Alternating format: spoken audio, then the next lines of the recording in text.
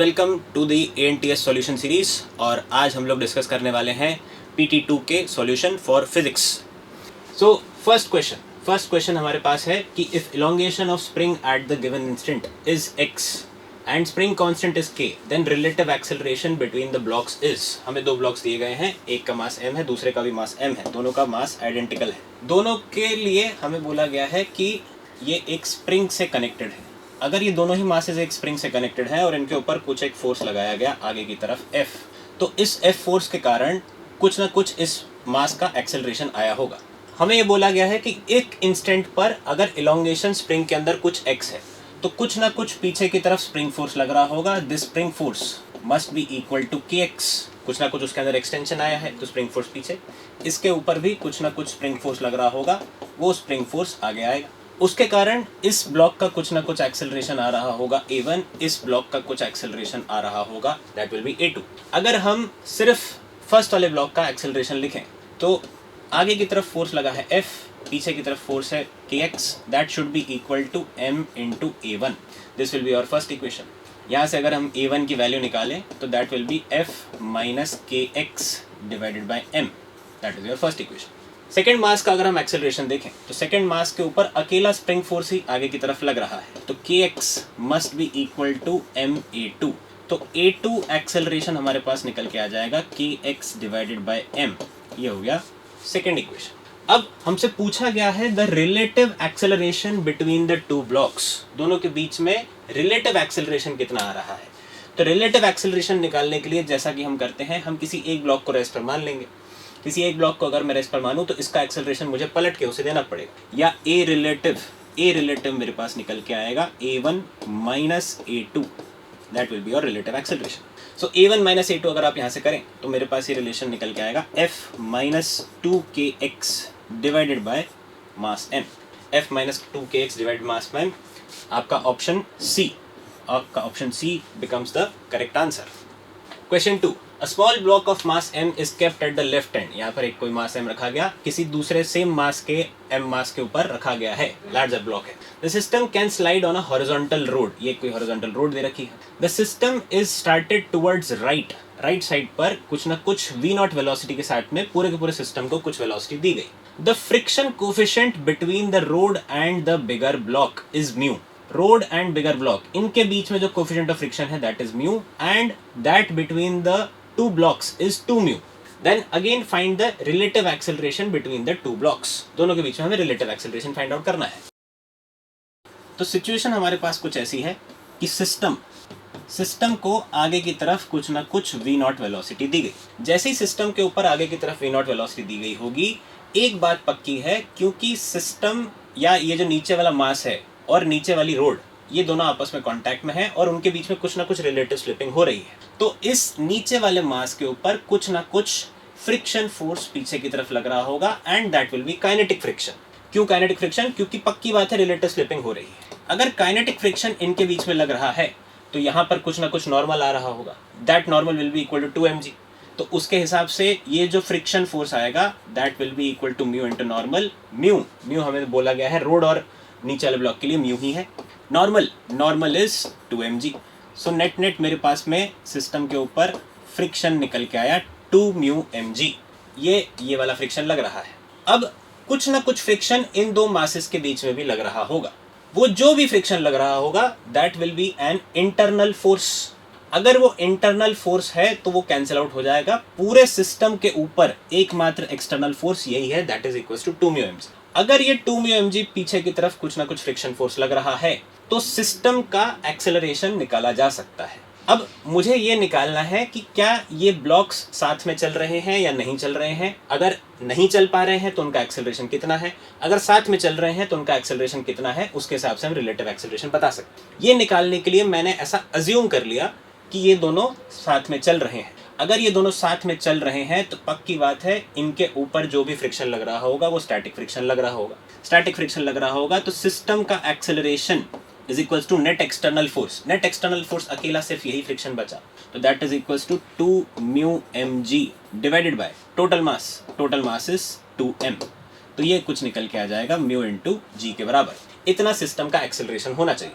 अगर सिस्टम का एक्सेलरेशन इतना पीछे की तरफ म्यू जी के बराबर होना चाहिए, तो एम मास का एक्सेलरेशन भी पीछे की तरफ म्यू जी के बराबर होना चाहिए।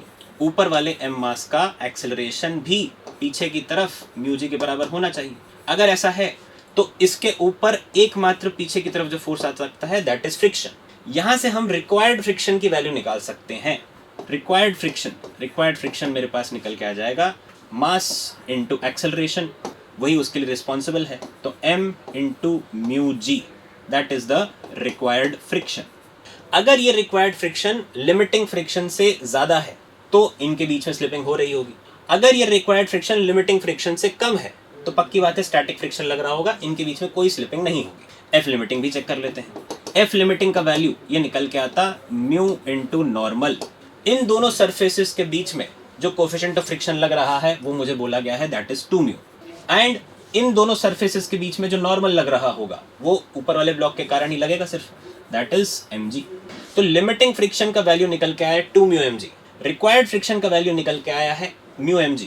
तो लिमिटिंग फ्रिक्शन जो भी आ रहा है that is greater than required friction.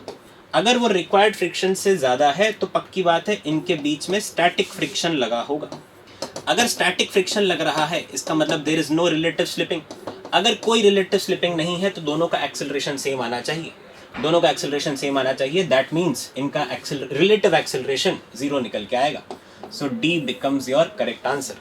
इसको आप चेक भी कर सकते हैं। मेरे पास रिक्वायर्ड फ्रिक्शन का वैल्यू आया म्यू mg, लिमिटिंग फ्रिक्शन का वैल्यू था 2 म्यू mg। तो ऊपर वाले ब्लॉक के ऊपर म्यू mg फोर्स ही पीछे की तरफ लगा होगा। म्यू mg फोर्स अगर पीछे की तरफ लगा है तो उसका एक्सेलरेशन म्यू जी के बराबर आता है। हमारा एक अजम्पशन सही हो गया है। नीचे वाले ब्लॉक के ऊपर भी अगर हम चेक करें, नीचे वाले ब्लॉक के ऊपर अगर हम चेक करें तो नीचे वाले ब्लॉक पे 2 म्यू mg तो नीचे वाले सरफेस से लग ही रहा था, ऊपर वाले सरफेस के कारण आगे की तरफ एक फ्रिक्शन लग गया है म्यू mg। सो नेट इस m मास के ऊपर अगर हम फोर्स से देखें तो पीछे की तरफ म्यू mg निकल के आ रहा है, पीछे की तरफ म्यू mg निकल के आ रहा है, that must be equal to mass into acceleration, mass and mass will cancel out. इसका भी एक्सेलरेशन म्यू जी के बराबर आ रहा है। तो ऊपर वाले मास का भी एक्सेलरेशन म्यू जी, नीचे वाले मास का भी एक्सेलरेशन म्यू जी। हमसे पूछा गया था रिलेटिव एक्सेलरेशन विल बी 0, तो correct answer will be D. Clear? Question 3, if system is in equilibrium then find the value of mass small m। हमें इस तरीके का कुछ सिस्टम दिया गया है, 6 kg मास ये है, m ये है, यहाँ पर ये एंगल्स बताए गए हैं कि 60 डिग्री है। अगर इस m मास के ऊपर fd बनाया जाए, ये वाले m मास के ऊपर, तो सिस्टम इक्विलिब्रियम में है। अगर सिस्टम इक्विलिब्रियम में है तो इसका एक्सेलरेशन होना चाहिए 0। तो नीचे की तरफ कुछ ना कुछ mg फोर्स लग रहा है, ऊपर की तरफ कुछ टेंशन लग रहा है, this tension must be equal to mg, क्योंकि ये सिस्टम इक्विलिब्रियम में है। वही टेंशन यहाँ से पलट के इस वाले एंड पर लग रहा है। अगर मैं 6 kg का fbd बनाऊँ तो 6 kg के ऊपर इस पर्टिकुलर डायरेक्शन में टेंशन लग रहा है t। ये पर्टिकुलर डायरेक्शन में मैंने मान लिया कुछ टेंशन लग रहा है t डैश, और नीचे की तरफ कुछ ना कुछ mg फोर्स यानी कि 60 न्यूटन लग रहा है। मुझे बोला गया है इनके बीच का एंगल 60 डिग्री है, ये पर्टिकुलर एंगल भी 60 डिग्री है। अगर ये पर्टिकुलर एंगल 60 डिग्री है तो ऑब्वियस सी बात है this should also be 60 degree. अगर ये 60 डिग्री है तो ये वाला एंगल जो है ये 30 डिग्री आना ही चाहिए। वो हम सिमेट्री से देख के भी बता सकते हैं, ये 60 ये 60 ये 60, तो this is N equilateral triangle, this should be symmetrical triangles, तो फिर ये 30 डिग्री आने चाहिए। यही बात एक और तरीके से बोली जा सकती है। अगर मैं मान लूँ कि एंगल कुछ थीटा है और ये कुछ थीटा 2 है, तो इस टेंशन का इधर की तरफ कंपोनेंट, इस टेंशन का इधर की तरफ कंपोनेंट हॉरिजॉन्टल में वो सेम आने चाहिए, तभी जा करके ये इक्विलिब्रियम में आएगा। तो अगर इस तरफ देखा जाए तो इस तरफ फॉर्मूला बनता फोर्स का t sin 30, और उस तरफ वो बनता t dash sin 30। Again sin 30 will cancel out, t और t डैश का वैल्यू जो है वो सेम निकल के आएगा। दोनों के ऊपर बराबर टेंशन लग रहा है। अब वर्टिकल डायरेक्शन में अगर इक्विलिब्रियम देखा जाए तो ऊपर की तरफ 2t cos 30 लग रहा होगा, that should be equal to downward force is 60 newtons. तो cos 30 हो गया हमारे पास में √3/2, 2 and 2 विल कैंसिल आउट। तो टेंशन का वैल्यू हमारे पास कुछ निकल के आ रहा है 60 डिवाइडेड बाय √3। 60 डिवाइडेड बाय √3, इसको मैं ऐसे 20√3 भी लिख सकता हूँ। 20√3 रफली 1.73 हो गया, तो 1.73 इंटू 20, 1.73 इंटू 20 कितना टेंशन आएगा? दिस इज 3.46 kg के आसपास मुझे m मास को रखना पड़ेगा, टी टेंशन को रखना पड़ेगा। टी टेंशन 34.6 आएगा, 34.6 के हिसाब से 3.46 kg का मास निकल गया है। सो your correct option will B answer A. तो टेंशन mg के बराबर, दोनों टेंशन बराबर आएंगे बिकॉज ऑफ सिमेट्री। उसके आगे इक्विलिब्रियम की कंडीशन आपको सॉल्व करनी है। Question number 4, the shown system is in equilibrium and both springs have same spring constant and same natural length. दोनों स्प्रिंग्स बिल्कुल सेम बोली गई हैं, सेम नेचुरल लेंथ है, कांस्टेंट भी दोनों का, स्प्रिंग कांस्टेंट भी दोनों का सेम है। Tension in the string is 10 Newton's. ये जो बीच में स्ट्रिंग लगी है इसमें टेंशन मुझे बताया गया है कि 10 न्यूटन था at equilibrium. If the string is burnt then find out the acceleration of the block 5 kg mass. इसका मास 5 kg बताया गया है। देखिए, अगर ये 5 kg मास के ऊपर बात करी जाए तो इधर की तरफ एक स्प्रिंग फोर्स लग रहा था, स्प्रिंग फोर्स 1, लेकिन ये एंगल देखा जाए तो ये एंगल कुछ डिफरेंट है, 37 डिग्रीज। इस वाले डायरेक्शन में देखा जाए तो यहाँ पर कुछ स्प्रिंग फोर्स 2 लग रहा था, मैंने मान लिया, ये एंगल भी कुछ डिफरेंट है, दिस इज 53 डिग्रीज। ऊपर की तरफ कुछ ना कुछ टेंशन लग रहा था, टेंशन का वैल्यू मुझे बोला गया है 10 न्यूटन है, डाउनवर्ड डायरेक्शन में 50 न्यूटन का फोर्स लग रहा था। इस इंस्टेंट पर ये स्प्रिंग फोर्स दोनों के दोनों प्लस टेंशन का जो भी कंपोनेंट वगैरह वर्टिकल डायरेक्शन में निकल के आ रहा है वो 50 न्यूटन के बराबर होना चाहिए, तभी ये इक्विलिब्रियम में रहा होगा। बाद में वो कहता है कि ये टेंशन को, स्ट्रिंग को मैंने बर्न कर दिया। अगर स्ट्रिंग को मैंने बर्न कर दिया है, इस धागे को मैंने बर्न कर दिया है, तो ये टेंशन सडनली जीरो होगा। सडनली अगर वो टेंशन जीरो हो गया है तो ऊपर की तरफ ये स्प्रिंग फोर्स 2 और ये स्प्रिंग फोर्स 1 ये अभी भी लग रहे हैं और नीचे की तरफ 50 न्यूटन अभी भी लग रहा है। ये जो स्प्रिंग फोर्सेस हैं ये तुरंत एडजस्ट नहीं हो पाएंगे। Just after burning net force कुछ ना कुछ नीचे की तरफ आया है, उसके कारण ये m मास या 5 kg मास जो है ये नीचे की तरफ जाता। लेकिन just at the instant of burning अगर अपन देखें तो इस स्ट्रिंग का एक्सटेंशन उस इंस्टेंट पर तो चेंज नहीं हुआ है। ये जो स्प्रिंग फोर्स आया था और ये स्प्रिंग फोर्स जो आया था वो सेम रहा होगा क्योंकि एक्सटेंशन चेंज नहीं हुआ है। सिमिलरली ये जो स्प्रिंग फोर्स आया था और ये जो स्प्रिंग फोर्स आया था ये भी सेम रहा होगा क्योंकि एक्सटेंशन अभी तक चेंज नहीं हुआ है। इसका मतलब इनका वर्टिकल कंपोनेंट वही आ रहा होगा जो पहले आ रहा था। इनका वर्टिकल कंपोनेंट पहले ऊपर की तरफ 14 न्यूटन रहा होगा, पहले 10 न्यूटन ऊपर था, बाकी इन दोनों का मिलकर ऊपर की तरफ 14 न्यूटन होगा, तभी 50 न्यूटन को इक्विलिब्रियम में रख पाया होगा। इस m मास के ऊपर अगर देखा जाए तो इसके ऊपर 15 न्यूटन mg तो नीचे लग ही रहा है, तो नेट 10 न्यूटन फोर्स डाउनवर्ड लग रहा है। अगर नेट 10 न्यूटन फोर्स डाउनवर्ड है तो acceleration will be equal to 10 newton divided by total mass is 5 kg। तो ये आपके पास निकल के आएगा 2 मीटर पर second square in the downward direction. नीचे की तरफ ये ब्लॉक जस्ट आफ्टर बर्निंग जा रहा होगा, तो आपका आंसर बनेगा ऑप्शन सी, 2 मीटर पर second square downward direction. Clear? Question 5, in the figure shown blocks are placed on smooth surface and springs are ideal at the instant shown। इसी instant की बात कर रहा है। all the blocks are in equilibrium।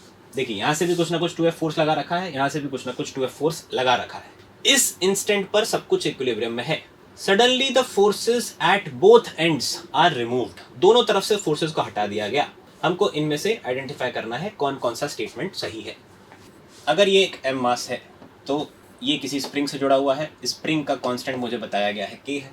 ये किसी दूसरे m मास से जुड़ा हुआ है, वो किसी स्प्रिंग से जुड़ा है, और ये 2k मास।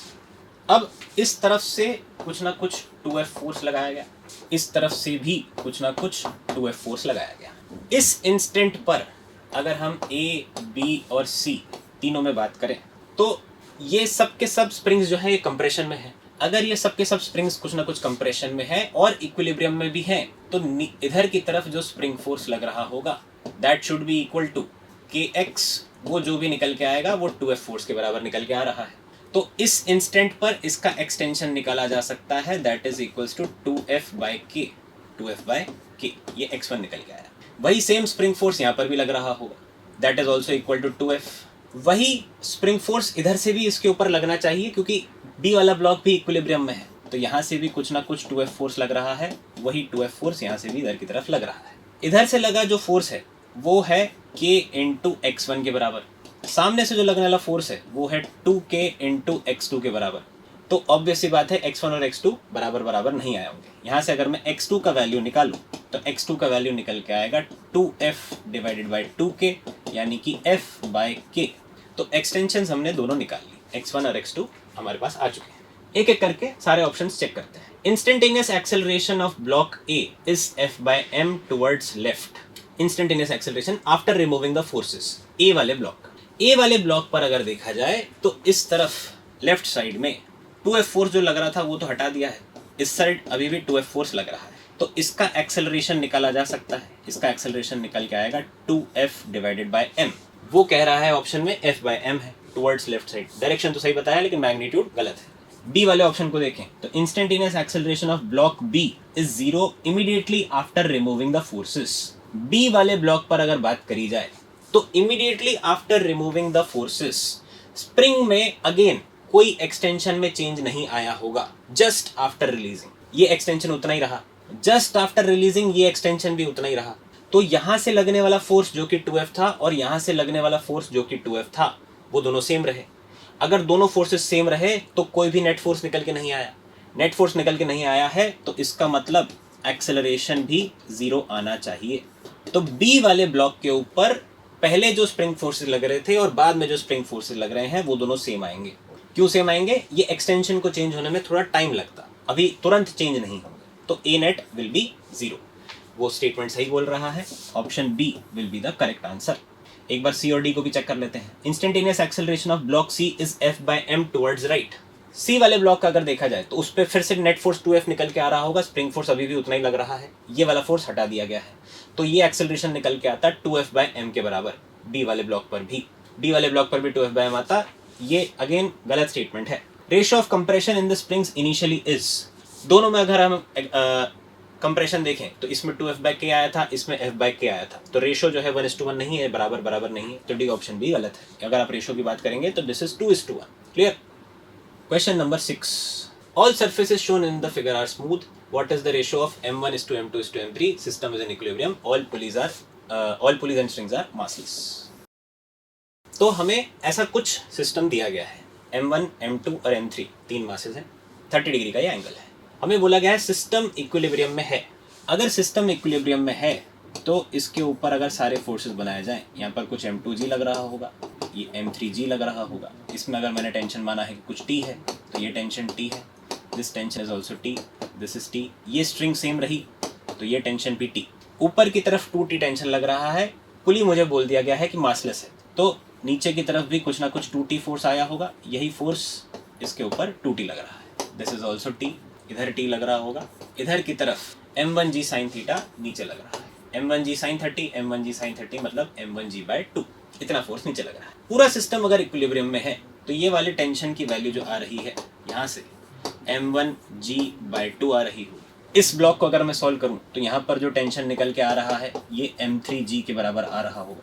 इस पर टेंशन और इस पर टेंशन दोनों सेम निकल के आया है, यानी कि m1g must be equal to m3g, m1g/2 must be equal to m3g, g और g कैंसिल हो जाएगा, m1 का वैल्यू ट्वाइस ऑफ m3 आ रहा है। एक रिलेशन तो ये आया। दूसरा रिलेशन अगर मैं m2 को सॉल्व करूं तो m2 को सॉल्व करें तो 2t must be equal to m2g, 2t अगर m2g के बराबर होना चाहिए तो t का वैल्यू m2g के बराबर आ रहा है। अगर इस इक्वेशन को और इस इक्वेशन को सॉल्व m2g/2 के बराबर आ रहा है, ये दोनों टेंशन फिर से बराबर होने चाहिए, इसका मतलब m1 और m2 दोनों बराबर है, m1 m2 बराबर है and which is equals to twice of m3। तो अगर इनका रेशो देखा जाए तो क्या एक तरीके से ये twice of m3 upon twice of m3 upon m3 के बराबर है। m3 सब तरफ से कैंसिल हो जाएगा, ये रेशो मेरे पास आएगा 2:2:1। तो रेशो जो मासेस का निकल के आ रहा है दैट इज 2:2:1। ऑप्शन डी जो आएगा that will be your correct answer. Question 7 कहता है कि m1 and m2 two masses are connected at light and inextensible string that passes over a frictionless pulley। पहले केस में बोल रहा है m1 is twice of m2 and the acceleration is a1। तो first case में वो कहता है कि m1 जो है that is twice of m2, तो इसका एक्सेलरेशन जो भी निकल के आएगा वो a1 निकल के आएगा। ये हमें मालूम है कि जो भी एक्सेलरेशन इसका आ रहा होगा, अगर क्योंकि m1 ज़्यादा है तो इसका एक्सेलरेशन नीचे आ रहा है, इसका एक्सेलरेशन कुछ ना कुछ ऊपर की तरफ आ रहा होगा। स्ट्रिंग से बंधे हुए हैं तो दोनों का एक्सेलरेशन मस्ट बी सेम। इसके ऊपर जो भी फोर्सेस लगे, m1g नीचे लगा होगा, टेंशन ऊपर लगा होगा, इधर की तरफ भी m2g नीचे लगा होगा, टेंशन ऊपर लगा होगा। अगर हम न्यूटन्स लॉ अलोंग स्ट्रिंग लगाएं तो m1g उसको पॉजिटिव डायरेक्शन में जाने की कोशिश कर रहा है, तो a1 का वैल्यू जो भी निकल के आएगा वो आएगा m1g जो उसको पॉजिटिव में ले जा रहा है, m2g वो उसको एक्सेलरेशन से ऑपोजिट ले जा रहा है, तो माइनस m2g। टेंशन क्योंकि हम पूरे के पूरे सिस्टम पर लगा रहे हैं तो वो इंटरनल फोर्स की तरह एक्ट करेगा, उसका हमें कोई कंसिडरेशन लेने की जरूरत नहीं है। Upon total mass is m1 plus m2। सीधे सीधे अगर मैं सारी वैल्यूज पुट करूं तो m1 is equals to twice of m2 है, ट्वाइस ऑफ m2 अगर सब जगह सब्स्टिट्यूट करें तो twice of m2 minus m2g, मेरे पास बचेगा m2g divided by 3m2g। m2g will cancel out, मेरे पास a1 का वैल्यू निकल के आया, नॉट g, मेरे पास ये वैल्यू निकल के आई g/3। वही बात सेकेंड सिनेरियो के लिए करें, when the mass m2 is thrice of m1, m2 is thrice of m1 ऐसा बोला गया है।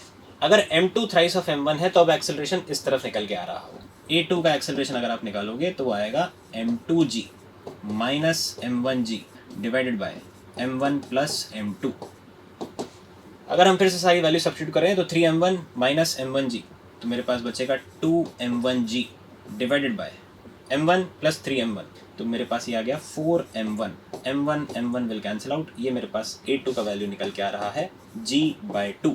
a2 का वैल्यू g/2 है, तो मुझसे पूछा गया है a1/a2 का रेशो कितना हो, तो a1/a2 that will B g/3 upon g/2, g and g will cancel out, ये मेरे पास आएगा 2:3। 2:3 रेशो आ रहा है, तो correct option will be option B. Question number 8. A block of mass 10 kg is placed on a truck. Coefficient of friction between block and the truck is 0.8. If the truck starts moving with a constant acceleration of a equal to 2t meter per second square, the block will start slipping with respect to the truck at time t equals to. कितने time बाद उसकी slipping start हो जाएगी, ये मुझसे पूछा गया है। मान लेते हैं एक मेरे पास में ऐसा कुछ ट्रक था, इस ट्रक के ऊपर यहाँ पर कोई एक ब्लॉक रखा है, ये m मास का कुछ ब्लॉक था, m मास का वैल्यू कुछ दिया गया है 10 kg है। ये ट्रक आगे की तरफ कुछ ना कुछ एक्सेलरेशन से जा रहा है 2t मीटर पर सेकंड स्क्वायर से। कोफिशिएंट ऑफ फ्रिक्शन वगैरह मुझे बता दिया गया है, म्यू इज इक्वल्स टू 0.8 है, मास का वैल्यू 10 kg है, m इक्वल्स टू 10 kg। हमसे पूछा गया है कितने टाइम बाद this block will start slipping with respect to the truck. अब देखिए, पहली बात तो ये ब्लॉक स्लिप क्यों हो रहा होगा, ये ब्लॉक ट्रक के ऊपर रखा है, ब्लॉक ट्रक के ऊपर रखा है, ट्रक खुद ए एक्सेलरेशन से आगे जा रहा है, तो m मास जो है वो वहीं पर रुका रहना चाहेगा। अगर m मास वहीं रुका रहना चाहता है तो इन दोनों सरफेसेस के बीच में रिलेटिव स्लिपिंग की कुछ टेंडेंसी आती, उस टेंडेंसी को रोकने के लिए कुछ ना कुछ फ्रिक्शन m मास के ऊपर आगे लग रहा होगा, ट्रक के ऊपर वो पीछे लग रहा होगा, तो आगे की तरफ कुछ ना कुछ फ्रिक्शन निकल के आ रहा है, कुछ ना कुछ फ्रिक्शन की रिक्वायरमेंट निकल के आ रही है। इसके ऊपर और अगर फोर्सेस देखे जाएं तो कुछ ना कुछ mg नीचे लग रहा है, नॉर्मल कुछ ना कुछ ऊपर लग रहा है, क्योंकि वर्टिकल में कोई एक्सेलरेशन नहीं है, इक्विलिब्रियम है, तो नॉर्मल का वैल्यू mg के बराबर आएगा। ये फ्रिक्शन का लिमिटिंग वैल्यू मैक्सिमम से मैक्सिमम जितना ये हो सकता है वो म्यू इंटू नॉर्मल के बराबर आया होगा, तो म्यू इंटू mg के बराबर ये आ रहा होगा। इस फ्रिक्शन के कारण ही इसका एक्सेलरेशन आना है, तो रिक्वायर्ड फ्रिक्शन की वैल्यू जो रही होगी, कितना फ्रिक्शन की जरूरत पड़ रही है, तो friction required is equals to mass into acceleration. Time के साथ साथ ये एक्सेलरेशन बढ़ रहा है, तो रिक्वायर्ड फ्रिक्शन की वैल्यू भी बढ़ रही होगी। जिस इंस्टेंट पर रिक्वायर्ड फ्रिक्शन की वैल्यू लिमिटिंग फ्रिक्शन से ज्यादा हो जाएगी, फ्रिक्शन उससे ज्यादा नहीं लग सकता, मैक्सिमम वैल्यू यही है। अगर उसने रिक्वायर्ड फ्रिक्शन में अपनी वैल्यू लिमिटिंग फ्रिक्शन से ज्यादा आ गई तो रिक्वायर्ड इनके बीच में स्लिपिंग होना स्टार्ट हो जाएगी, इनके बीच में स्लिपिंग होना स्टार्ट हो जाएगी। अब kinetic friction will start acting, दोनों ब्लॉक्स और ट्रक्स के बीच में स्लिपिंग होना शुरू होगा। तो रिक्वायर्ड फ्रिक्शन जो भी है that should be greater than F limiting for slipping of blocks. अब रिक्वायर्ड फ्रिक्शन की वैल्यू हमने निकाल ली है, मास इंटू एक्सेलरेशन के बराबर है, तो mass into acceleration is 2t, this should be greater than limiting friction का वैल्यू म्यू mg के बराबर है, mass and mass will cancel out, time का value will be greater than और इक्वल टू म्यू g/2। तो जिस time पर ये शुरू होगा that will be equal to mu g/2, mu हमारे पास है 0.8 इंटू 10 डिवाइडेड बाई 2, ये मेरे पास निकल के आ जाएगा 4 सेकेंड्स। तो 4 सेकंड बाद में इसकी स्लिपिंग स्टार्ट होगी। Clear? So your correct option will be option C. Question 9, statement 1 कहता है कि average acceleration during projectile motion is constant. ठीक ही बात कह रहा है। अगर हम एक प्रोजेक्टाइल मोशन को कंसिडर करें, m मास है, u स्पीड है, से किसी थीटा एंगल पर इसे प्रोजेक्ट किया गया है, तो ये ऐसा कुछ प्रोजेक्टाइल करता हुआ जा करके गिरा होगा। पूरे रास्ते ये हमारा प्रोजेक्टाइल मोशन में अजम्पशन रहता है कि ग्रेविटी जो लग रही है वो कांस्टेंट सी लग रही है नीचे की तरफ। बहुत छोटी मोटी हाइट के लिए बात कर रहे हैं, तो छोटी मोटी हाइट के लिए अगर आप बात कर रहे हो तो नीचे की तरफ g लग रहा होगा। एवरेज एक्सेलरेशन जो है पूरे रास्ते g नीचे की तरफ ही रहा है। एक्सेलरेशन भी, इंस्टेंटेनियस एक्सेलरेशन भी नीचे की तरफ रहा है यूनिफॉर्म, तो एवरेज एक्सेलरेशन भी g ही नीचे की तरफ रहा होगा। तो स्टेटमेंट 1 तो सही कह रहा है। स्टेटमेंट 2 की अगर बात करें तो average velocity in ground to ground projection is less than projection speed.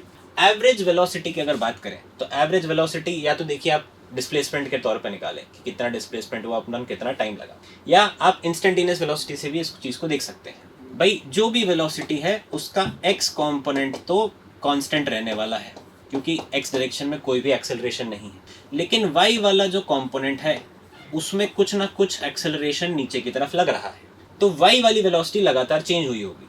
अगर y वाली वेलोसिटी लगातार चेंज हुई है तो y में एवरेज वेलोसिटी और इंस्टेंटेनियस वेलोसिटी अलग अलग आएगी। एवरेज वेलोसिटी इंस्टेंटेनियस से थोड़ी ही कम सी निकल के आएगी क्योंकि स्पीड ऑफ प्रोजेक्शन शुरुआत में ज़्यादा था, कम हुआ, फिर वापस वो स्पीड बड़ी होगी, तो एवरेज वैल्यू अगर आप देखोगे तो वो कुछ ना कुछ कम निकल के आएगा। तो स्टेटमेंट 2 जो है वो सही कह रहा है कि average velocity in ground to ground projection is less than projection speed. दोनों स्टेटमेंट सही हैं, लेकिन अब अगर रीजनिंग की बात देखी जाए तो एवरेज एक्सेलरेशन स्टेटमेंट 1 में बोल रहा है, स्टेटमेंट 2 में एवरेज वेलोसिटी कह रहा है। देखिए एवरेज वेलोसिटी और एवरेज एक्सेलरेशन का आपस में जनरली कोई ऐसा सीधा सीधा रिलेशन नहीं होता है। एवरेज एक्सेलरेशन अगर आप देखोगे तो that is change in velocity upon time taken, ये आपका एवरेज एक्सेलरेशन आता है। और अगर आप एवरेज वेलोसिटी की बात करोगे तो एवरेज वेलोसिटी है total displacement upon total time taken. तो total displacement upon total time taken और change in velocity upon time taken, इनका आपस में सीधा सीधा कोई रिलेशन नहीं बैठता है। अगर ऐसा नहीं है तो स्टेटमेंट 2 जो है वो स्टेटमेंट 1 का एक्सप्लेनेशन नहीं दे रहा है। एवरेज एक्सेलरेशन क्यों कांस्टेंट निकल के आया है? क्योंकि इंस्टेंटेनियस एक्सेलरेशन भी कांस्टेंट था, पूरे रास्ते जी नीचे की तरफ ही लगा है। तो statement 2 is not the correct explanation.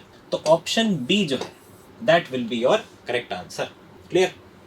Question 10 कहता है projectile is fired eight an angle of alpha greater than 45 degree with speed mu. Find the time at which velocity is making an angle of 45 degree with horizontal direction for the first time। अब देखिए एक बात इसमें बहुत important है, उसने first time भी बोला है। फर्स्ट टाइम का क्या सिग्निफिकेंस है वो समझते हैं। अगर कोई m मास का बॉल u वेलोसिटी से किसी अल्फा एंगल पर प्रोजेक्ट किया गया है और अल्फा में बोला गया है this is greater than 45 degree, तो ये अगेन कुछ प्रोजेक्टाइल मोशन करता हुआ ऐसे नीचे जाकर के गिरता। अब अल्फा अगर लेस देन 45 डिग्री है तो जैसे जैसे ये ऊपर जाएगा इसका एंगल हॉरिजॉन्टल के साथ कम होता जाएगा। ये एंगल हॉरिजॉन्टल के साथ कम होता जा रहा है वेलोसिटी का, कम होते होते जीरो होगा, फिर ये वापस बड़ा होगा। तो ऐसे दो इंस्टेंसेस निकल के आएंगे, दो हाइट्स निकल के आएंगी जहां पर एंगल 45 डिग्री रहा होता। उसने मुझे क्लियरली स्पेसिफाई किया है कि फर्स्ट टाइम, पहली बार जब ऐसा हुआ होगा उसमें कितना टाइम लगा होगा, ये हमें निकालना है। इस इंस्टेंस पर अगर देखा जाए तो वेलोसिटी वेक्टर इधर की तरफ लग रहा है, वेलोसिटी वेक्टर इधर की तरफ लग रहा है, ये 45 डिग्री पर ऐसा निकल के आना चाहिए। अगर ये 45 डिग्री पर निकल के आ रहा है तो हम एक बात और जानते हैं कि ये जो वेलोसिटी वेक्टर जो भी निकल के आया है, इस वेलोसिटी वेक्टर के दो कंपोनेंट होंगे, एक होगा Vx, दूसरा होगा Vy। ये एंगल मुझे 45 डिग्री चाहिए। यहाँ से अगर हम देखें तो tan 45 degree this should be equal to Vy upon Vx। तो ये Vy अपॉन Vx के बराबर होना चाहिए tan 45। Vx और Vy, इसका मतलब ये दोनों बराबर होने चाहिए। Vx में सीधे सीधे कह सकता हूँ कि ये हॉरिजॉन्टल कंपोनेंट ऑफ वेलोसिटी तो सेम ही रहा होगा। अगर ये horizontal component of velocity same रहा होगा तो यहाँ पर जो भी प्रोजेक्शन की स्पीड आई है that is mu cos alpha, that should be equal to Vy। t time बाद में Vy कितना हो जाएगा? तो t टाइम बाद में v वेलोसिटी अपन कैसे निकालते हैं? वर्टिकल डायरेक्शन में यू वाई वेलोसिटी है, एक्सेलरेशन कुछ ना कुछ नीचे की तरफ लग रहा है जी। तो किसी टी टाइम बाद में ये वेलोसिटी आई होती यू वाई, इनिशियल वेलोसिटी, तो mu sine alpha minus acceleration क्योंकि नीचे की तरफ है, तो ये जी टी। यहाँ से अगर अपन टाइम कैलकुलेट करें तो जी टी का वैल्यू निकल के आ रहा है mu sine alpha minus mu cos alpha. तो टी टाइम मेरे पास निकल के आ रहा होगा, म्यू कॉमन निकाल लीजिए, कॉस अल्फा भी कॉमन निकाल लीजिए, ये बनेगा tan अल्फा माइनस 1 अपॉन जी, इतने टाइम के बराबर ये आ रहा हो। तो अगर हम ऑप्शन देखें तो option A will be your correct answer. Clear? Question 11, a car is moving with speed 40 meter पर second on a straight road. एक स्ट्रेट रोड पर एक कार जा रही है, उसकी स्पीड हमें बोली गई है 40 मीटर्स पर सेकेंड है। A plane is flying at an angle of 37 degree with horizontal such that the plane is always above the car. Plane is always above the car, इसका मतलब इनकी रिलेटिव वेलोसिटी नहीं है हॉरिजॉन्टल में। अगर इनकी रिलेटिव वेलोसिटी हॉरिजॉन्टल में नहीं है, इसका मतलब प्लेन जो भी है इसकी वेलोसिटी भी हॉरिजॉन्टल में 40 मीटर पर सेकेंड होनी चाहिए। साथ साथ मुझे ये भी बोल दिया गया है कि ये किसी इस पर्टिकुलर डायरेक्शन में 37 डिग्री की वेलोसिटी से जा रहा है, 37 डिग्री के एंगल पर v वेलोसिटी से जा रहा है। तो v वेलोसिटी का horizontal component that should be 40 meter पर सेकेंड, तभी ये प्लेन और ये कार हमेशा एक दूसरे के ऊपर रहेंगे। तो यहाँ से मैं इनडायरेक्टली v वैल्यू कैलकुलेट कर सकता हूँ, v cos 37 that should be equal to 40। v cos 37 यानी कि v into 4/5, v into 4/5 that is 40। तो v हमारे पास आ जाएगा 50 मीटर पर सेकेंड।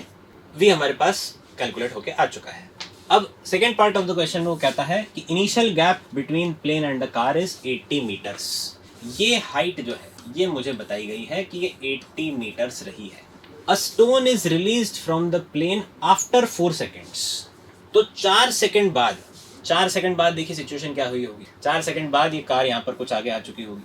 4 सेकेंड बाद में इसकी v वेलोसिटी हमारे पास 50 मीटर पर सेकेंड आ गई है, तो y डायरेक्शन में इसने कुछ और डिस्टेंस ट्रैवल किया होगा। ये y डायरेक्शन में जो वेलोसिटी निकल के आएगी ये आएगी 50 sin 37 यानी कि दिस इज 30 मीटर्स पर सेकेंड। अगर ये 30 मीटर पर सेकेंड है तो मुझे बोला गया है कि a plane is flying at 37 degree with horizontal such that plane is always above the car. इसका मतलब इसकी स्पीड कांस्टेंट रही होगी, तभी ऐसा हो सकता है, वरना ये स्पीड कम होती जाती तो ये इस पर्टिकुलर डायरेक्शन में इसकी स्पीड भी कम हो रही होती, 37 डिग्री एंगल मेंटेन करते हुए वो उसके ऊपर नहीं चल सकता था। मतलब ये कांस्टेंट स्पीड से जा रहा है। अगर ये कांस्टेंट स्पीड से जा रहा है तो मैं y डायरेक्शन में डिस्प्लेसमेंट निकाल सकता हूँ कितना हुआ होगा। तो sy is equals to u y into t रहा है, कोई एक्सेलरेशन वगैरह नहीं लग रहा है, ये हमें मानना पड़ेगा अकॉर्डिंग टू द सिचुएशन।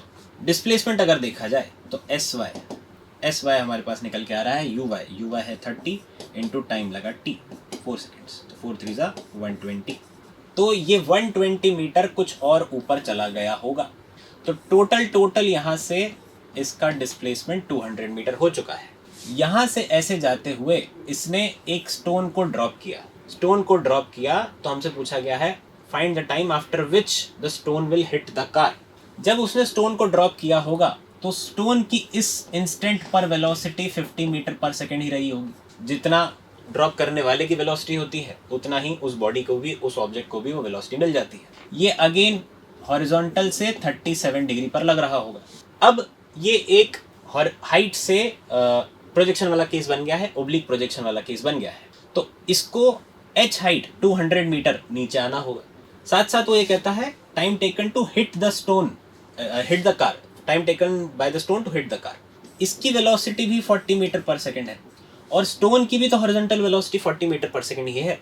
तो हॉरिजॉन्टल में तो ये अभी भी जाके उसको आराम से स्ट्राइक कर सकता है। सिर्फ हमें ये निकालना है कि यहाँ से इसको कितना टाइम लगा होगा नीचे आने में, तो उसके लिए सिंपल सी सिचुएशन हो गई। अब ये कुछ ऐसा हो गया है कि ये 200 मीटर है, 200 मीटर से हमने किसी 50 मीटर पर सेकेंड से 37 डिग्री पर प्रोजेक्ट किया है, तो उसको नीचे आने में कितना टाइम लगा होगा, क्योंकि जितने टाइम में वो नीचे आएगा उतने ही टाइम में कार ने भी उतना ही डिस्प्लेसमेंट कवर किया होगा, क्योंकि दोनों की हॉरिजॉन्टल वेलोसिटी सेम बताई गई और वो कांस्टेंट रही होगी। तो हमें बेसिकली सिर्फ टाइम ऑफ फ्लाइट निकालना है।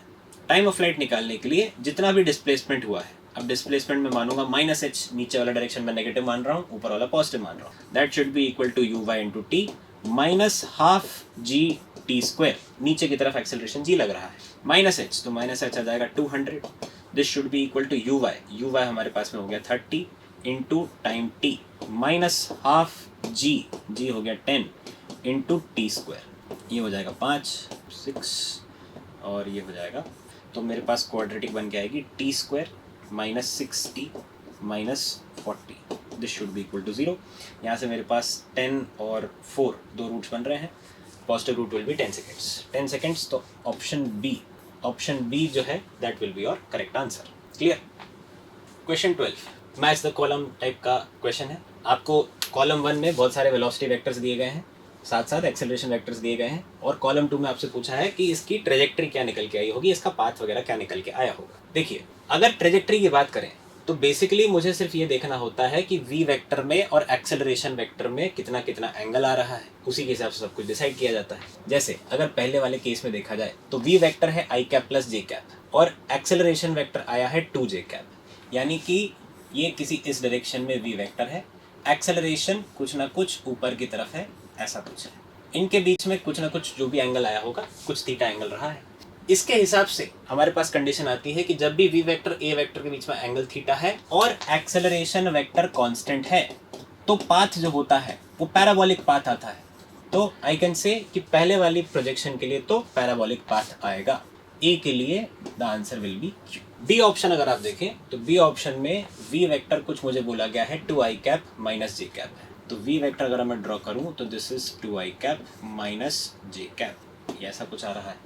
ए वेक्टर अगर देखें तो ए वेक्टर है माइनस 2i कैप प्लस जे कैप, तो 2i कैप माइनस जे कैप जो आ रहा है, फॉर एग्जांपल इस डायरेक्शन में आया वी वेक्टर, और माइनस 2i कैप प्लस जे कैप जो आया है, क्या वो इसके एग्जैक्टली अपोजिट आएगा, या इन दोनों के बीच में अगर एंगल देखा जाए तो एग्जैक्टली 180 डिग्री है। जब भी वेलोसिटी वेक्टर और ए वेक्टर के बीच में एंगल 0 डिग्री होता है या 180 डिग्री होता है तो पाथ जरूर से स्ट्रेट लाइन पाथ आया होगा।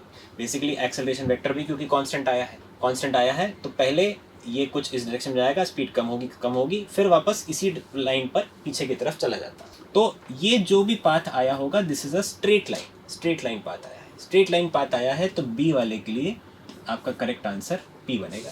सी वाला ऑप्शन अगर हम देखें तो वी वेक्टर है 4i कैप, ए वेक्टर आया है माइनस का 2i cap, 4i cap minus 2i cap दोनों के बीच में डायरेक्शन अगेन 180 डिग्री है। अगर अगेन ये डायरेक्शन 180 डिग्री है, एंगल 180 डिग्री है, तो सी का ट्रेजेक्टरी फिर से स्ट्रेट लाइन बना होगा, option will be T. D option अगर देखा जाए v vector is equals to 4 times of sine 2t i cap plus cos 2t j cap, तो vx अगर इसमें देखा जाए तो vx मेरे पास कुछ निकल के आ रहा है 4 टाइम्स ऑफ साइन 2t, और vy अगर देखा जाए तो vy मेरे पास में कुछ निकल के आ रहा है cos 2t। ये दोनों ही वेलोसिटीज वेरिएबल है, दोनों ही वेलोसिटी अगर वेरिएबल निकल के आई है तो बेसिकली मैं यहाँ से ये कह सकता हूँ कि dx/dt जो आया है that is equals to 4 sin 2t, और dy/dt जो आया है that is equals to cos 2t। तो यहाँ से मैं x और y की इक्वेशन निकाल सकता हूँ। x की इक्वेशन अगर आप निकालोगे तो वो आएगा 4 sin 2t का integration will be 4 times of cos 2t divided by 2 minus में, और y का अगर आप इक्वेशन देखोगे तो ये आएगा cos 2t का integration will be sin 2t divided by 2। तो यहाँ से मैं ऐसे बात लिख सकता हूँ कि cos 2t जो है cos 2t is equals to minus of x/2 है, और sin 2t जो है दैट इज 2 है। cos 2t का एक बार मेरे पास अगर वैल्यू आ गया तो sin 2t का वैल्यू भी निकाला जा सकता है। sin 2t जो होगा that will be under root of 1 minus x²/2, तो ये x²/2 के बराबर आया है। दोनों तरफ अगर मैं स्क्वायर कर दूँ तो y मेरे पास निकल के आया है 1/2 under root of 1 minus x²/2। दोनों तरफ अगर आप स्क्वायर करेंगे तो ये निकल के आएगा 4y is equals to 1 minus x²/2, 4y² is equals to 1 minus x²/2, x² को आप इस तरफ ले आइए तो x²/2 plus 4y² is equals to 1, या मैं इसको ऐसे भी लिख सकता हूँ, अगर मैं इसको पूरे को 4 से डिवाइड कर दूँ तो x² divided by 8 plus y² divided by 1 that is equals to 1/4। तो ये जो इक्वेशन बन रही है ये कुछ इलिप्टिकल सा पाथ बन रहा है, x square upon a square plus y square upon b square type का कुछ फंक्शन बन रहा है। X square upon a square plus y square upon b square बन रहा है, तो this is an equation of ellipse, यानी कि ये इलिप्टिकल पाथ बनकर आया है। इलिप्टिकल पाथ बनकर आया है तो डी वाला जो आएगा that will B S. D वाला एस फंक्शन एस ऑप्शन बना है, तो डी ये एस के बराबर आएगा, यानी कि आपका करेक्ट ऑप्शन होना Q P P S. Q P P S अगर आप देखें तो डी जो है वो आपका करेक्ट आंसर बनेगा। Question 30, an infinite uniformly charge sheet with a surface charge density of sigma cuts through a spherical Gaussian surface of radius capital are. ये आपको कोई गॉसियन सरफेस दिया गया है, उसमें ये कोई शीट जा रही है eight a distance of x from its centre. मान लीजिए अगर इसका कोई सेंटर है तो यहाँ से कुछ एक्स डिस्टेंस पर एक शीट जा रही है जिसकी सरफेस चार्ज डेंसिटी आपको दी गई है सिग्मा है। हमसे पूछा गया है electric flux through the Gaussian surface is. Electric flux Gaussian surface से मुझे निकालना है।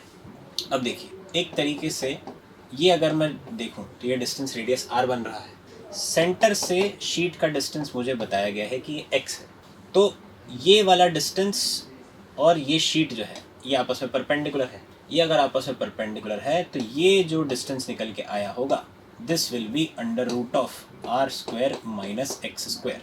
अब थोड़ा सा ये इमेजिन करते हैं कि ये शीट जो है उसका एनक्लोज्ड एरिया कितना दिख रहा होगा। एनक्लोज्ड एरिया हम क्यों देख रहे हैं, क्योंकि हमें इलेक्ट्रिक फ्लक्स निकालना है। इलेक्ट्रिक फ्लक्स जो होता है that is charge enclosed upon epsilon naught. तो ये एरिया जो बन रहा होगा इस शीट का एनक्लोज्ड, क्या वो कुछ ऐसा सर्कल सा बन रहा है जिस सर्कल का radius under root of r square minus x square बन रहा है। ये डिस्टेंस जो बेसिकली निकल के आया है, अगर मैं यहाँ से देखूँ तो मुझे एक सर्कुलर एरिया दिखाई देगा शीट का जो इसके अंदर एनक्लोज हुआ है। तो under root of r square minus x square के रेडियस के बराबर एक शीट यहाँ पर एनक्लोज हुई है। वो जो शीट एनक्लोज हुई है उसके कारण क्यू एनक्लोज्ड वो निकाला जा सकता है, that will be equal to sigma into area. Sigma हमें सिग्मा के टर्म में आंसर निकालना है। Area will be pi r square, pi into radius का square will be r square minus x square. ये तो हमारा क्यू इनक्लोज निकल के आया है। अगर मुझे फ्लक्स निकालना है तो क्या इसी वैल्यू को मैं एप्सिलॉन नॉट से डिवाइड कर दूं, ये मेरा फाई आ जाएगा। तो flux will be equal to sigma pi r square minus x square upon epsilon naught. Sigma pi r square minus x square upon epsilon naught, option D will be your correct answer. Question 14, particle is projected with velocity का vector दिया गया है 10i cap plus 20j cap, 10i cap plus 20j cap.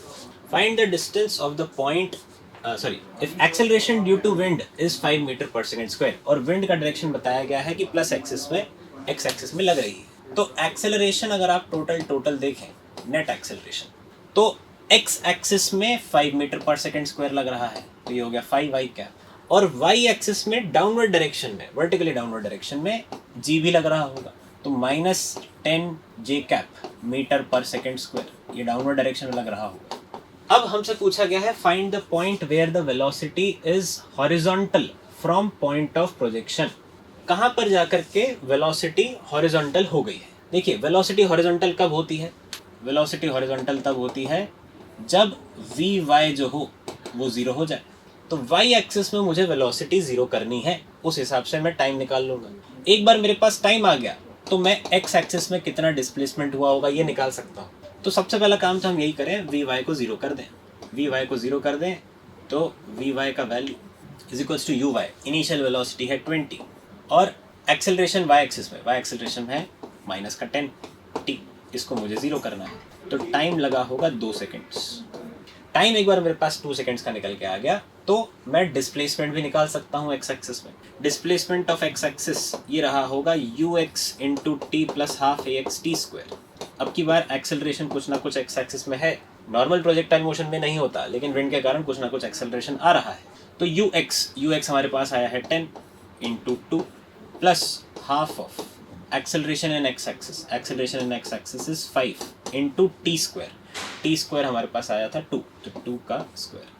एक time से एक time cancel हो जाएगा, 5 to the 10 plus 20, total 30 metres का डिस्टेंस निकल के आएगा। तो find the distance of the point where velocity is horizontal from projection point.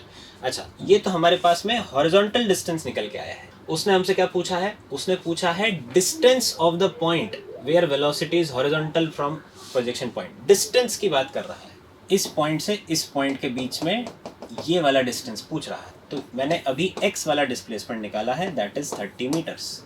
y वाला भी कुछ ना कुछ डिस्प्लेसमेंट हुआ होगा, वो भी हम निकाल सकते हैं।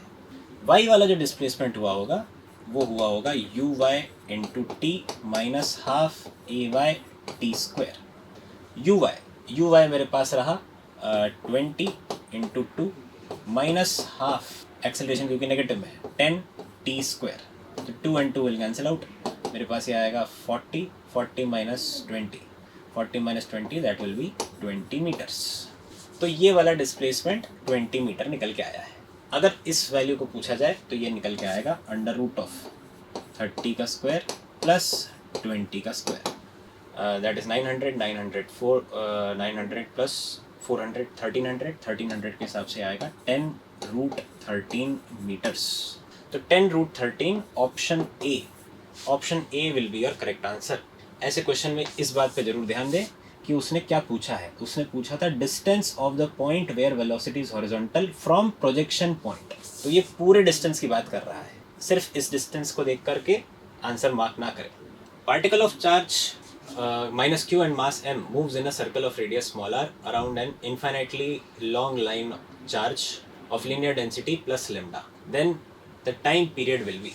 देखिए इन्फाइनाइट वायर है, इन्फाइनाइट वायर के कारण हमें इलेक्ट्रिक फील्ड जानते हैं।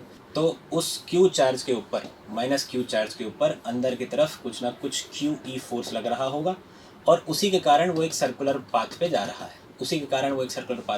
है। तो यही q e फोर्स जो है वो उसके सेंट्रीपिटल एक्सेलरेशन के लिए रिस्पॉन्सिबल है। जो इस पॉइंट पर इलेक्ट्रिक फील्ड आ रहा होगा वो आएगा k lambda 2k lambda by r। तो रेडियस ये जो डिस्टेंस r निकल के आया है उसी के बराबर होगा। That should be equal to, मुझे टाइम पीरियड निकालना है तो m ओमेगा स्क्वायर r लिख देते हैं, m omega square into radius r।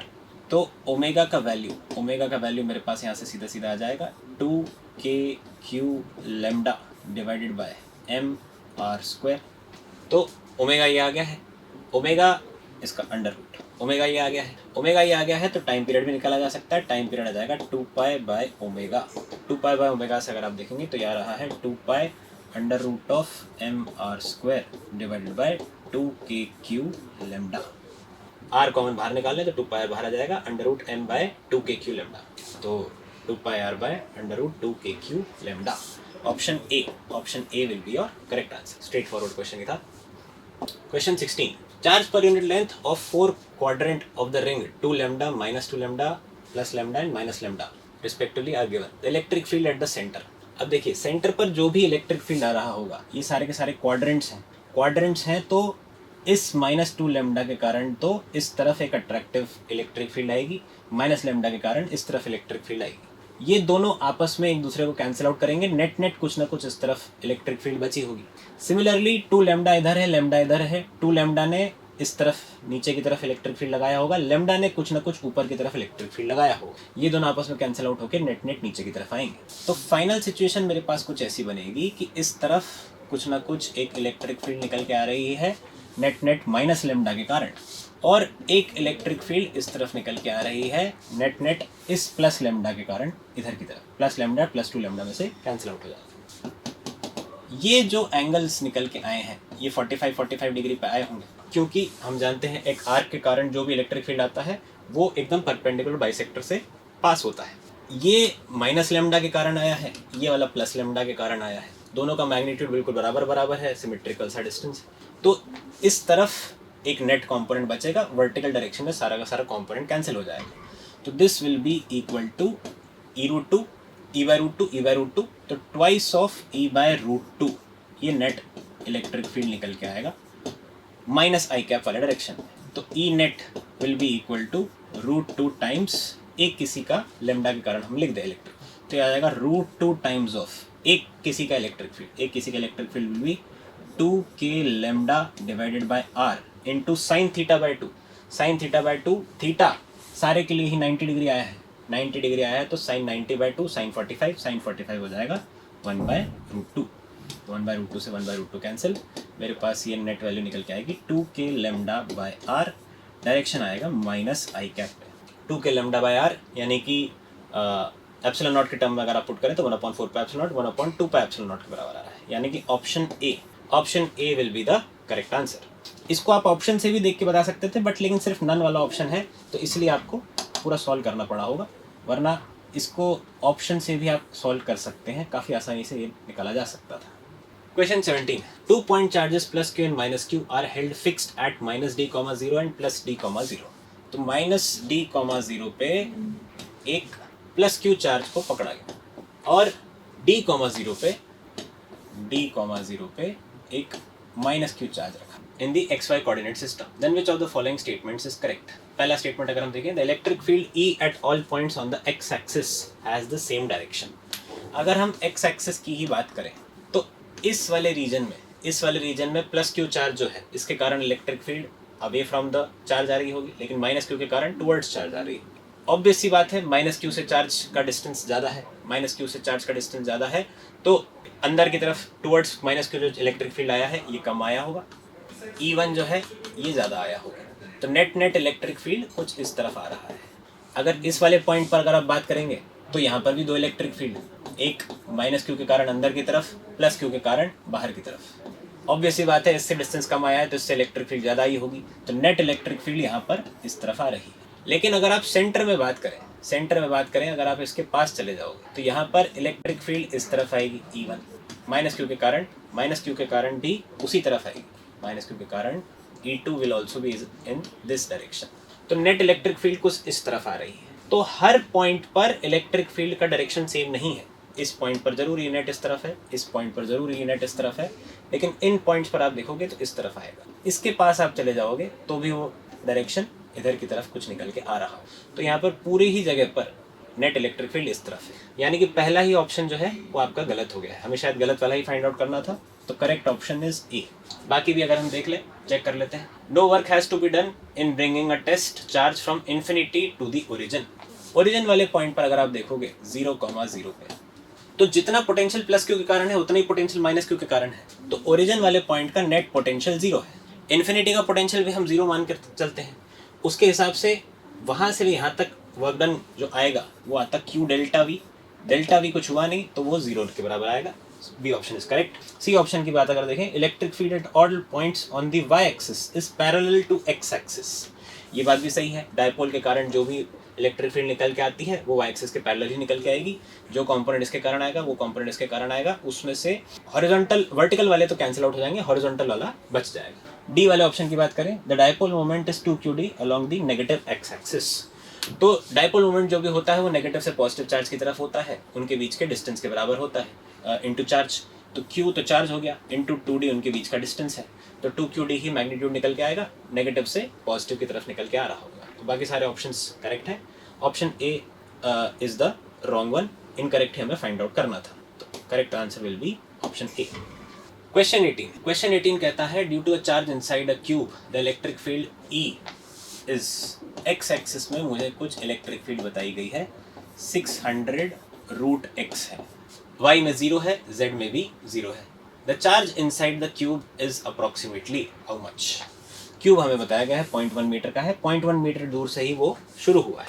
अब देखिए यहाँ पर जो भी इलेक्ट्रिक फील्ड आ रही है वो एक्स एक्सिस में आ रही है। अगर ये एक्स एक्सिस में आ रही है तो ऊपर वाले फेस से, पीछे वाले फेस से, या आगे वाले से और नीचे वाले से, इन सब पर तो इलेक्ट्रिक फील्ड और एरिया वेक्टर के बीच का एंगल 90 डिग्री है, तो इन चारों फेसेस पर तो कोई इलेक्ट्रिक फील्ड या कोई नेट फ्लक्स निकल के नहीं आ रहा होगा। Electric flux will be 0 from these 4 faces.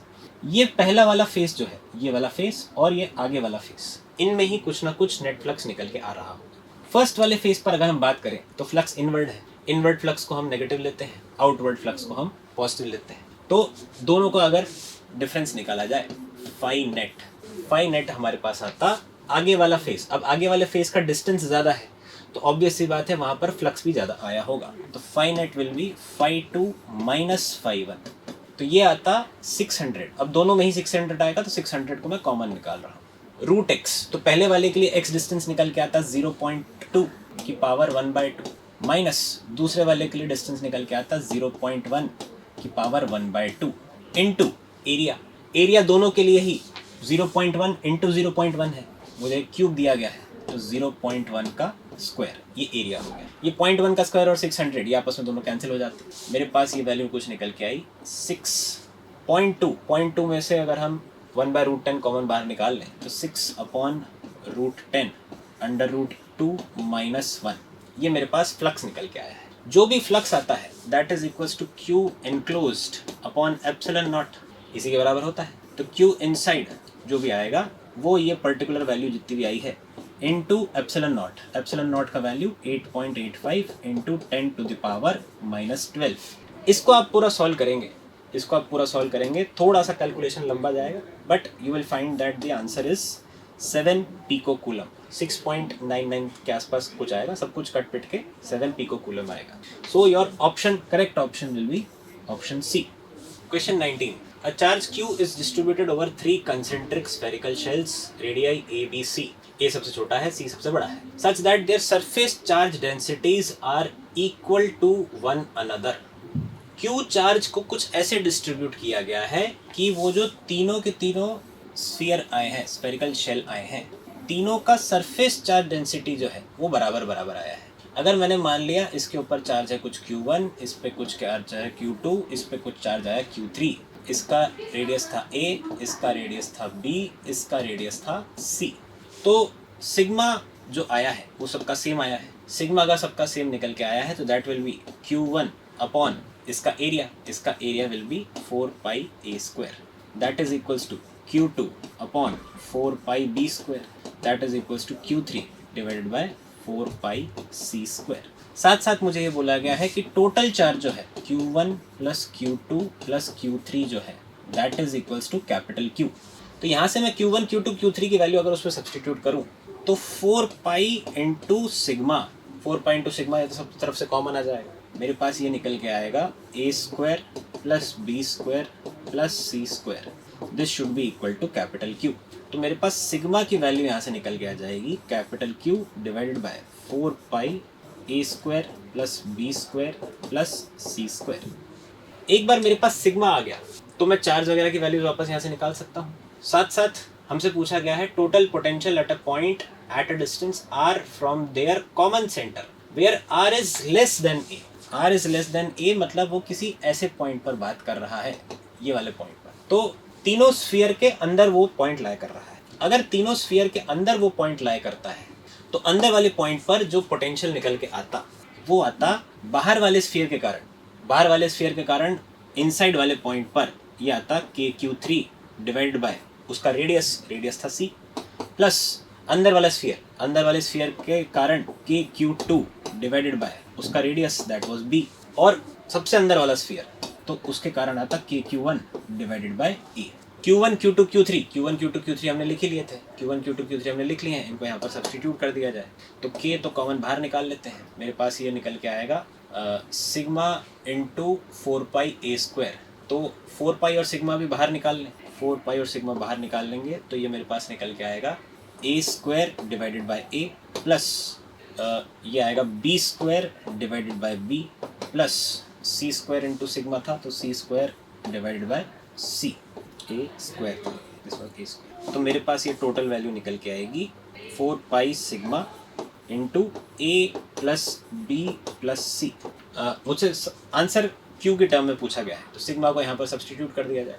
Sigma को अगर आप यहाँ पर सब्सटीट्यूट करेंगे तो यह आएगा k times of 4πq divided by a² plus b² plus c² multiplied by a plus b plus c। Upon में एक 4π और था तो ये 4π कैंसिल आउट हो गया, तो KQ a plus b plus c upon a² plus b² plus c²। So KQ a plus b, option B will be your correct answer. Question 20. Velocity of a particle varies with position as v is equals to x plus 1. v is equals to x plus 1 कुछ बोला गया है। Find the acceleration of particle at t equals to 3 seconds. 3 seconds पर हमको acceleration निकालना है। Particle was at origin initially. तो देखिए मुझे velocity और position का फंक्शन दिया गया है, पूछ रहा है acceleration। तो सबसे पहला काम तो हम ये करें कि हम यहाँ से पोजीशन का फंक्शन निकाल लेते हैं dx/dt, क्योंकि उसने मुझे टाइम के हिसाब से वैल्यू पूछी है तो मैं टाइम के साथ में इसका वेरिएशन निकाल लेता हूँ। dx मेरे पास निकल के आएगा x plus one into D T. इस x प्लस वन को भी इधर लिख लेते हैं, तो dx upon x plus one ये आएगा। इसी को दोनों तरफ इंटीग्रेट कर दें, तो t इक्वल टू 0 पर मुझे पार्टिकल की पोजीशन बताई गई है, वो ओरिजिन पर था। t टाइम बाद में पार्टिकल की पोजीशन निकाल लें, तो integration dx upon x plus one ये मेरे पास निकल के आता log of x plus one, limit जाएगी 0 to x, this will be equal to integration dt t बन जाएगा। इसमें अगर अपन लिमिट पुट करें तो ये आएगा log of x plus one minus log of one, तो वो तो 0 ही हो गया। तो log of x plus one का वैल्यू मेरे पास t निकल के आ रहा है। log of x plus one मेरे पास t निकल के आया, तो x प्लस वन ये मेरे पास एक तरह से e to the power t निकल के आ रहा है, तो x का value e to the power t minus one. अब मुझे चाहिए एक्सेलरेशन निकालने के लिए इसको मैं एक बार डिफरेंशिएट करूँ, तो dx बाई dt मेरे पास बचा होता e to the power t, उसी को मैं अगर दोबारा डिफरेंशिएट कर दूँ तो मेरे पास एक्सेलरेशन आ जाता, वो भी e to the power t। e to the power t निकल के आया है, t इक्वल टू 3 सेकंड दे रखा है, तो मेरे पास एक्सेलरेशन का वैल्यू निकल के आ जाएगा e क्यू मेरे पास एक्सेलरेशन निकल के आया। Correct answer is option C. Question 21, find the potential difference between the plates 2 and 3 in volts. मुझे तीनों प्लेट्स के ऊपर चार्ज डिस्ट्रीब्यूशन वगैरह दिया गया है, -q, 3q और 2q, इस टाइप से कुछ दिया गया है। तीनों में डिस्टेंसेस वगैरह भी दिए गए हैं। इस पर चार्ज है -q, इस पर है 3q, इस पर है 2q। ये जो प्लेट्स हैं इनके ऊपर जो भी चार्ज डिस्ट्रीब्यूशन निकल के आएगा, वो ये जो टोटल चार्ज है इसका हाफ इस तरफ आ जाएगा, हाफ उस तरफ चला जाएगा। तो 3q प्लस 2q ये हो गया 5q माइनस q ये हो गया 4q, तो 4q का हाफ यानी कि 2q चार्ज इधर आ जाएगा, 2q चार्ज इधर आ जाएगा। इस प्लेट पर टोटल चार्ज चाहिए था -q, उसमें से 2q इधर आ गया है, तो इस वाले फेस पर -3q आना पड़ेगा। एक बात हम और जानते हैं, आमने सामने वाले फेसेस पर जो भी चार्ज निकल के आता है वो इक्वल एंड अपोजिट निकल के आता है, तो इसके ऊपर +3q आया होगा। इस पर +3q आ गया है, टोटल भी 3q चाहिए था, तो इस पर 0 आया होगा। इस पर 0 आया होगा तो सामने वाले फेस पर भी 0 चार्ज निकल के आया होगा। अब हमसे पूछा गया है potential difference between 2 and 3। 2 and 3 के बीच में अगर हम पोटेंशियल डिफरेंस देखें तो इस पॉइंट पर एक बार इलेक्ट्रिक फील्ड देखिए, 2q के कारण इस तरफ, इस 2q के कारण भी इस तरफ, नेट कैंसिल हो गया। -3q प्लस 3q दोनों आपस में एक दूसरे को कैंसिल आउट कर देंगे, तो यहाँ पर नेट इलेक्ट्रिक फील्ड तो कुछ बचा ही नहीं।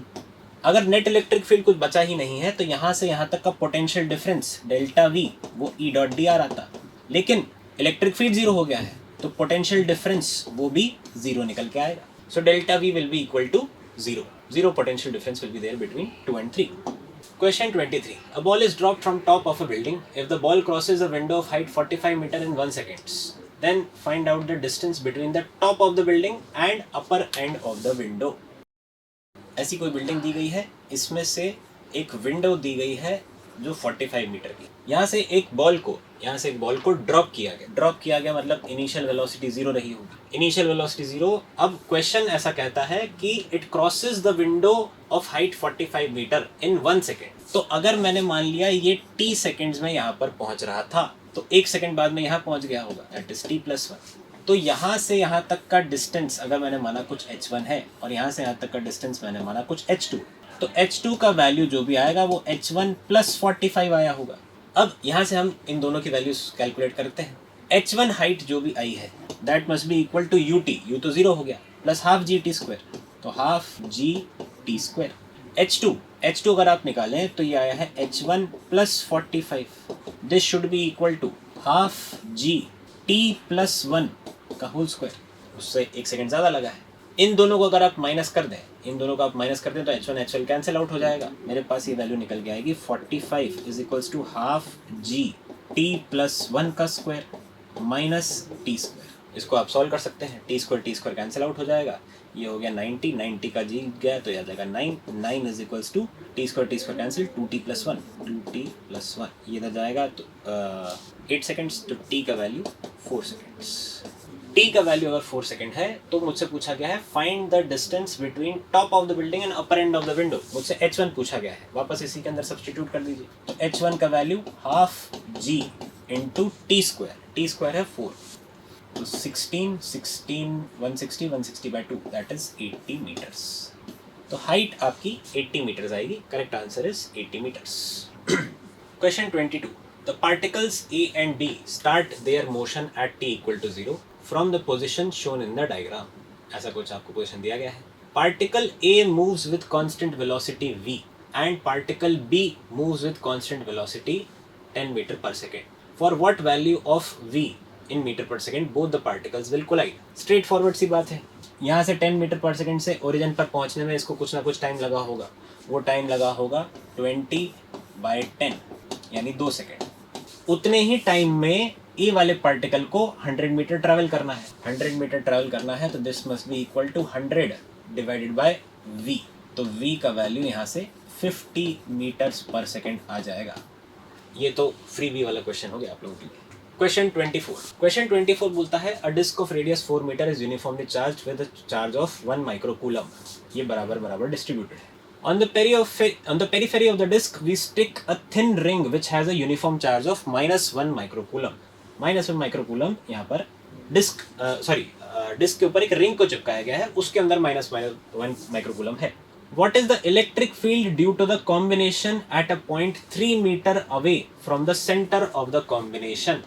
अब देखिए ये पूरा का पूरा डिस्क था. इस डिस्क का चार्ज डिस्ट्रीब्यूशन मुझे बताया गया है 1 माइक्रोकूलम पूरा का पूरा डिस्ट्रीब्यूटेड था.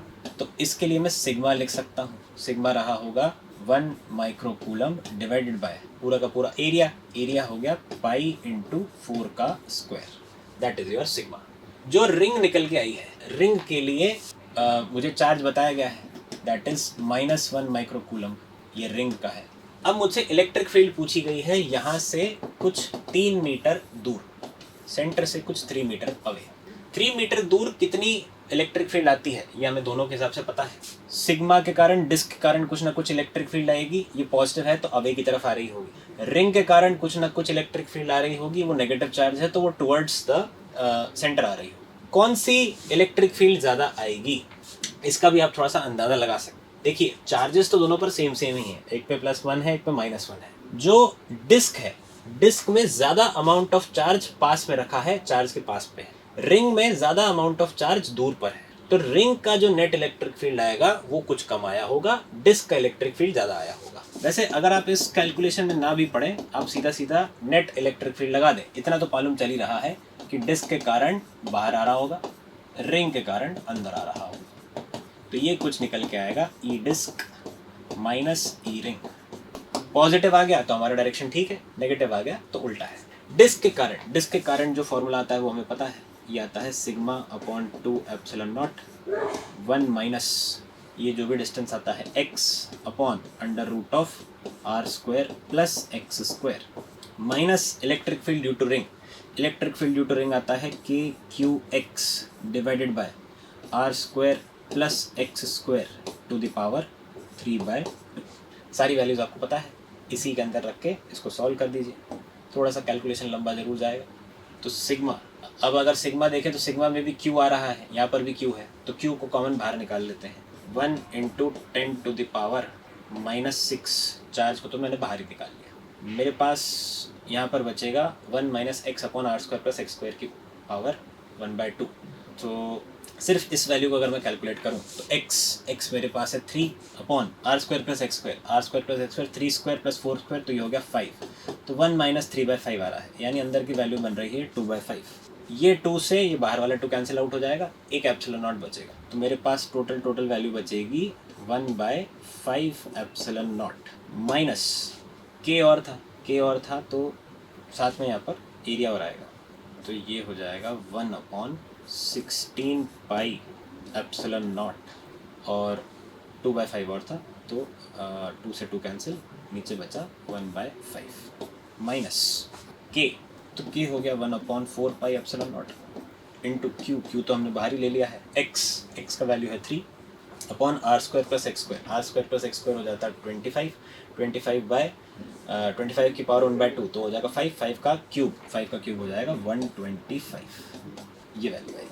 इसको अगर आप फर्दर सॉल्व करेंगे तो ये आएगा 80 से आ जाएगा करीब 250 500.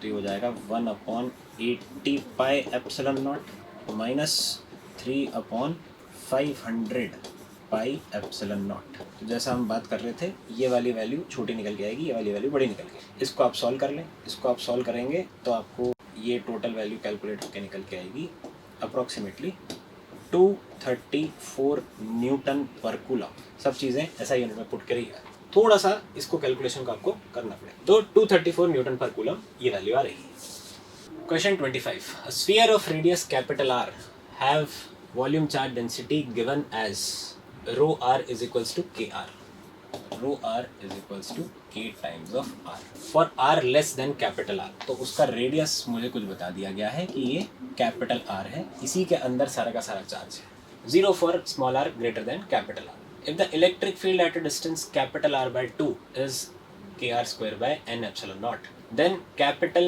N will be। तो अगर मुझे यहाँ से R by 2 डिस्टेंस पर इलेक्ट्रिक फील्ड निकालनी है तो मैं गॉस थ्योरम का इस्तेमाल करता हूँ। गॉस थ्योरम का इस्तेमाल करके यहाँ से कैलकुलेट कर लेते हैं कितना आ रहा होगा। जितना भी चार्ज इसके अंदर होगा उसके हिसाब से अगर हम गॉस लॉ का इस्तेमाल करें तो integration E dot ds that should be equal to Q inside upon epsilon naught. पहले अपन Q इनसाइड का फॉर्मूला लिख लेते हैं। तो dq, मैंने कोई शेल काटा यहाँ से कुछ r डिस्टेंस पर dr थिकनेस का, तो उसका dq निकल के आता जितना भी डेंसिटी है रो इनटू उस छोटे से एलिमेंट की वॉल्यूम। वो छोटे से एलिमेंट की वॉल्यूम क्या बनी होगी, r डिस्टेंस पर dr थिकनेस का कट किया गया है। तो ये जो एलिमेंट आया है इसके लिए अपन वॉल्यूम पहले लिख लें, उसके हिसाब से अपन चार्ज लिख सकते हैं। तो वो जो छोटा सा चार्ज आया होगा that will be equal to rho into d v. Density जो है, डेंसिटी है के इंटू आर के बराबर, तो k times small r into d v. D v हमारे पास कुछ निकल के आएगा, इसका वॉल्यूम निकल के आएगा 4 पाई आर स्क्वायर, तो पूरा एरिया हो गया, इंटू थिकनेस ये हो गया डी आर। तो ये निकल के आएगा k into 4 pi into r cube d r. ये तो डी क्यू निकल के आया है। अगर टोटल चार्ज निकालना है इसके अंदर का तो मुझे इसको इंटीग्रेट करना पड़ेगा 0 से r by 2। तो टोटल चार्ज अगर निकालेंगे इनसाइड दिस गॉसियन सरफेस तो ये कुछ निकल के आएगा k times of 4 pi r की पावर 4 by 4, r की पावर 4 by 4। इसमें लिमिट जाएगी 0 से r by 2।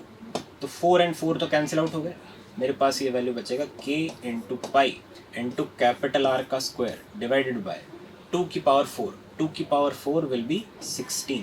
ये तो आया मेरे पास में Q इनसाइड। Q इनसाइड एक बार मेरे पास निकल आया है तो मैं इलेक्ट्रिक फील्ड भी निकाल सकता हूँ। इलेक्ट्रिक फील्ड और एरिया हर तरफ ds वेक्टर भी बाहर की तरफ है, इलेक्ट्रिक फील्ड भी ऐसे बाहर की तरफ है, तो दोनों के बीच में एंगल 0 डिग्री। एंगल 0 डिग्री तो मैं सीधा E इंटू एरिया लिख सकता हूँ। Area will be 4 pi r square मतलब r square divide by r by 2 का होल स्क्वायर, तो this will be 4। This is equal to k into pi r square divided by 16।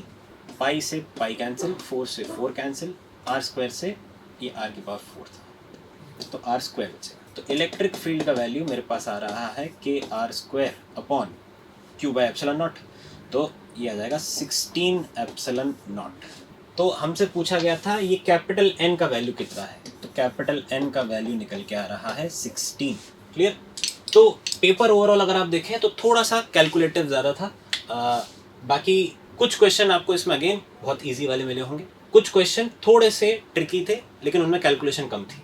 तो जो question आसान है उनमें कैलकुलेशन ज़्यादा है, जो थोड़े से ट्रिकी हैं उनमें कैलकुलेशन कम है। उसी हिसाब से आपका जेईई मेंस का पैटर्न भी आता है। तो थोड़ा सा आपको क्वेश्चन सिलेक्शन पर ध्यान देना पड़ेगा। अगर आपको क्वेश्चन जल्दी से क्लिक कर रहा है तो फटाफट से सॉल्व करें, अगर आपको क्लिक नहीं कर रहा है तो फर्स्ट अटेम्प्ट के लिए उसको एक बार के लिए छोड़ दीजिए, अगेन उसको रिविजिट कीजिए। आपको लग रहा है कि कैलकुलेशन बहुत लंबी जाएगी तो भी उसको आप थोड़ा सा उस टाइम के लिए छोड़ सकते हैं। आपको दिख रहा है कि बहुत ईजी कैलकुलेशन है, आपका करा हुआ क्वेश्चन है, इस टाइप के क्वेश्चन आपने बहुत सारे किए होंगे, तो आप ज़रूर उसको आराम से इत्मीनान से पूरी कैलकुलेशन को अच्छे से सॉल्व करें। Clear. Thank you very much.